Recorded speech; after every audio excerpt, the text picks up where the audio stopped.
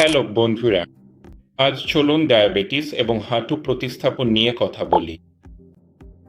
Diabetes একটি খুব সাধারণ সমস্যা। এটি মূলত শরীরে অস্বাভাবিক সুগার লেভেল, অর্থাৎ শরীরে উচ্চমাত্রার চিনি, এবং বেশিরভাগ হাঁটু প্রতিস্থাপনের প্রয়োজন হয় এমন রোগীরা বয়স্ক শ্রেণীর হয়ে থাকেন, এবং নির্দিষ্ট একটি বয়সের পর ডায়াবেটিসও খুব সাধারণ হয়ে যায়। তাই আমাদের কাছে ওপিডিতে খুবই সাধারণ একটি প্রশ্ন করা হয়, ডাক্তার, আমার ডায়াবেটিস আছে, এটা কি আমার হাঁটু প্রতিস্থাপনে কোনো প্রভাব ফেলবে? উত্তর হচ্ছে হ্যাঁ, কিছুটা পর্যন্ত। কারণ ডায়াবেটিসে কি হয়, শরীর ঠিকভাবে রক্তে চিনি নিয়ন্ত্রণ করতে পারে না, এবং যখন রক্তে চিনি নিয়ন্ত্রণে থাকে না, তখন এটি সুস্থ হওয়ার প্রক্রিয়াকে, এমনকি হাঁটু প্রতিস্থাপনের কাটার জায়গারও আরোগ্যকে প্রভাবিত করে। সামগ্রিকভাবে শরীরের রোগ প্রতিরোধ ক্ষমতা কমে যায় এবং রক্ত সঞ্চালনও কিছুটা প্রভাবিত হয়। যদি ডায়াবেটিস ভালোভাবে নিয়ন্ত্রণে না থাকে, তাহলে ডায়াবেটিক নিউরোপ্যাথি নামে একটি অবস্থা হতে পারে, যা স্নায়ুগুলোকেও প্রভাবিত করতে পারে। সুতরাং সংক্ষেপে, যদি রক্তে চিনি নিয়ন্ত্রণে না থাকে, তাহলে ক্ষত শুকাতে দেরি হতে পারে, সেলাই স্বাভাবিকের চেয়ে একটু বেশি সময় নিতে পারে, অথবা ভেঙে যাওয়ার সম্ভাবনাও থাকতে পারে। ডায়াবেটিস রোগীদের মধ্যে সংক্রমণের হারও বেশি। ইমপ্লান্ট সংক্রান্ত সমস্যাও হতে পারে, যেমন ক্ষত ভালোভাবে না শুকানো বা ঢিলা হয়ে যাওয়া।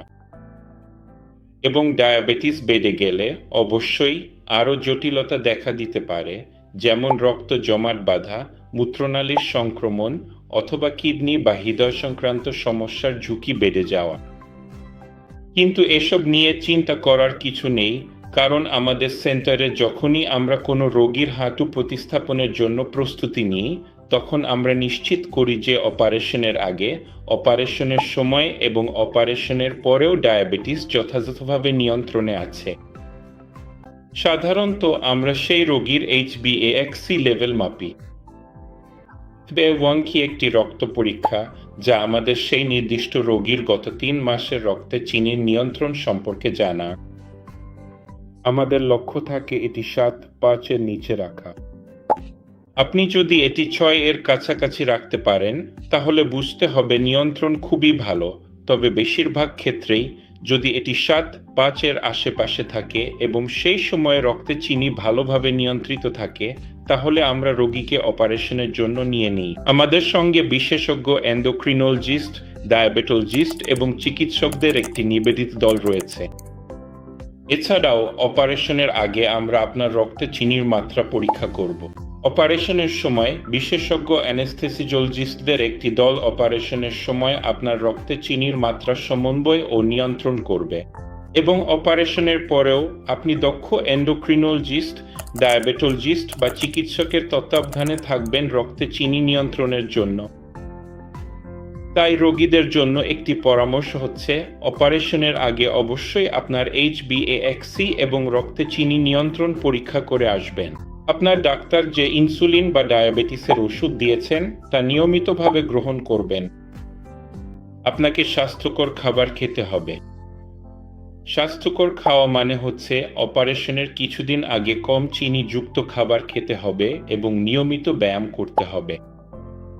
আপনাকে অপারেশনের আগে ত্বক, হাঁটু এবং পায়ের যত্ন নিতে হবে।